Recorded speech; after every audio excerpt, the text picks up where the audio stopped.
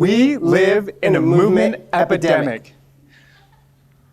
Only 1/4 of Americans get the physical activity needed to reduce and prevent chronic disease. One downstream implication is the immense cost on the healthcare system, $117 billion. Not to mention the downstream pathways to cardiovascular disease, type 2 diabetes, and stroke. And against this backdrop of an increasingly sedentary society, we're also seeing an uptick in these chronic musculoskeletal injuries, these wear and tear injuries like osteoporosis. Osteoporosis, or OA, has a pathology in biochemistry as well as biomechanics and affects over 32 million Americans. Now, we could talk about the macroeconomic implications here, but let's talk about the individual. Individuals with OA make $4,000 a year less than individuals without. 1 million knee and hip surgeries will occur each year because of osteoarthritis. And the main reasons? Pain and activity limitations. Now, just to briefly talk about pain, pain is a lagging indicator. What we would like to do is demonstrate something that's maybe a little bit more predictive of injury. We contend that incomplete range of motion reflects an insidious and often overlooked progression to chronic injuries. By identifying range of motion deficits of our major joints, we can identify the body parts at risk and shift the drift before they become a bigger problem down the line. So you're asking, what does this mean? So here's our chart, right? At the top of the chart here, we have the top of the mountain. We could put a flag up there. This is where we want to be. Pain-free, full range of motion. And it slides all the way down there to injury, right? We can see the 3 eyes that lead to injury. We contend that incomplete range of motion here can be a yellow flag, can be an indicator towards injury, and we can use it to get ourselves back to this pain-free range of motion. So let's demonstrate. What we're going to do, I'm going to have you stand up, and you'll probably need someone to keep you accountable here. So go ahead and stand up here, and let's have you participate with us. So I know everybody's been sitting for a while. Go ahead and bend your knees a little bit. Let your arms relax to your side. Kevin's going to demonstrate for this shoulder mobility screen that we do. And what I'm going to ask you to do is with your arms, stand nice and tall, and with your arms at your side, make a fist around your thumbs. And in one motion, I'm going to ask you to reach one hand behind your head, one hand behind your back. And now full range of motion, right? Full range of motion is demonstrated by 6 to 9 inches between those two hands. Now, how many people are able to do that, right? Go ahead and look at your partner, turn around, show me. Let's see what that looks like, right? What does that look like? Can you do that? Now, shake it out. Maybe try the other side. What does the other side look like? Is it different? Is it the same, or is it worse? All right, let me see. I can see a couple there. Okay. Yeah, right? Okay. So let's have you go ahead and have a seat. And let's see where we lay on this scale here.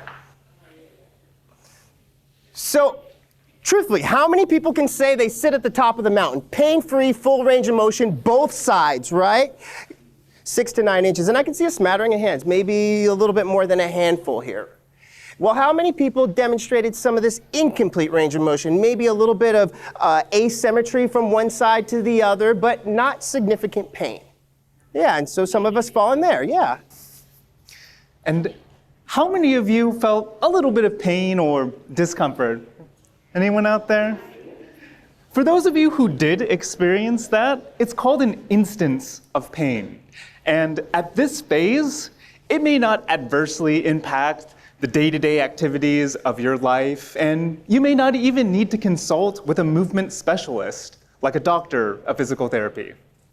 And I won't even ask you to raise your hand here, but I'm sure there's people at the injury stage, right? When I asked them to reach behind their head or behind their back, they knew that there was going to be difficulty. It's demonstrated through putting on a belt or a bra, or even difficulty putting on a seatbelt, right? And so we encourage you to use this shoulder mobility screen as well as this tool to help you identify some potential range of motion deficits and compensations as well. I'll open Tabitha's cage, and she'll take off. This line is from Glennon Doyle's book, Untamed. Tabitha is a cheetah. Do you think Tabitha needs to stretch, Theragun, foam roll before she dashes from 0 to 60? No. At any time, Tabitha has her full range of motion and full physical capabilities available to her. Now imagine you being able to, put up those Christmas lights, or gardening, or even have the ability to play catch with your child or grandchild, right?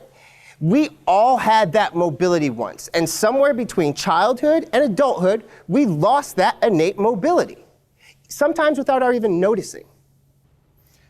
So we encourage you to play with this movement, the shoulder hang, to restore your native range of motion.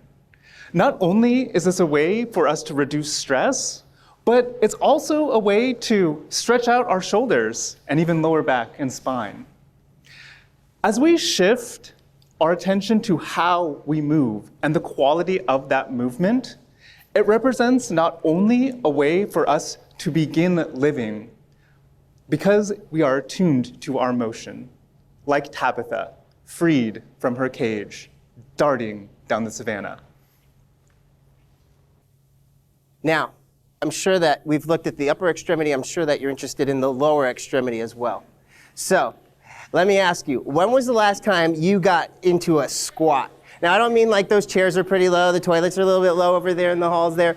I mean, ass to grass, feet on the ground, full squat. Does anyone want to demonstrate for me here? Well, we might have one person. There we go, ladies and gentlemen.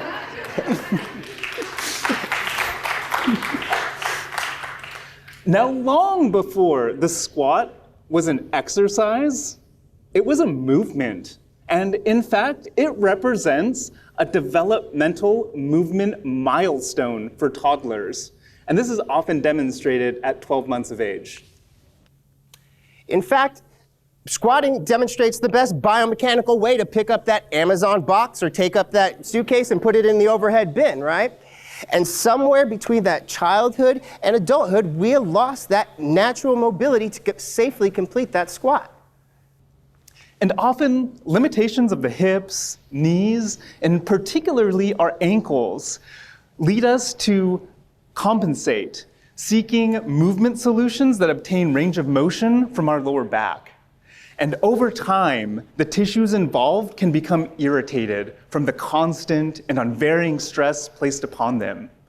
And that can generate pain signals to the brain. And pain itself can constrain and limit range of motion and may even lead to a downward cycle. So, with a few modifications and some regular dedication, you yourself can relearn this fundamental movement. So on the left here, we have a 2x4 underneath the heels. One of the most common compensations occurs at tightness of the heels. So if you place a wedge or even just at the street curb, you can avoid the tension at the calves. Or a bucket, a stool, or even a chair can provide a little bit of support in getting up from the squat as well. Or you can try my favorite way, get on the back here and slide your feet down the wall. Some of you are going to try this. When you do try it, think of me.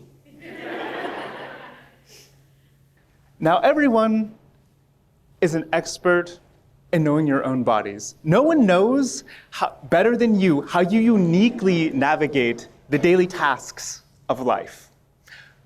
So, we invite you to become mindful movers, people who are curious to experiment with movement and attuned to it. We hope that this can help you accomplish tasks that spark joy, such as playing with your grandkids to training for a marathon. We encourage you to diversify your movement portfolio. We encourage you to use this tool as a guide to navigate your way through the movement journey. Really, it's our hope that to add quality to the years of your life. And so with that, we'd like to practice maybe a mindful movement exercise. So again, we'll ask everybody to stand up. And again, with your arms at your side, go ahead and relax those knees. We'll just start at the shoulder, right? Let's just start with this forward motion and backwards, call this flexion and extension. You can even bring your arms out to the side. And one motion I really like to appreciate about the shoulder is this rotation. You've got this ability to really rotate within the socket. And it allows for this motion called circumduction, this big kind of circular motion here. So let's get that nice circular motion going. Try and get it as big as you can here and get a nice stretch there, getting it out and moving. Go ahead and bring your hands a little bit closer together there. And as you start to do that, look at this. Oh, you're getting a nice little round of applause, ladies and gentlemen. Thank you for your time.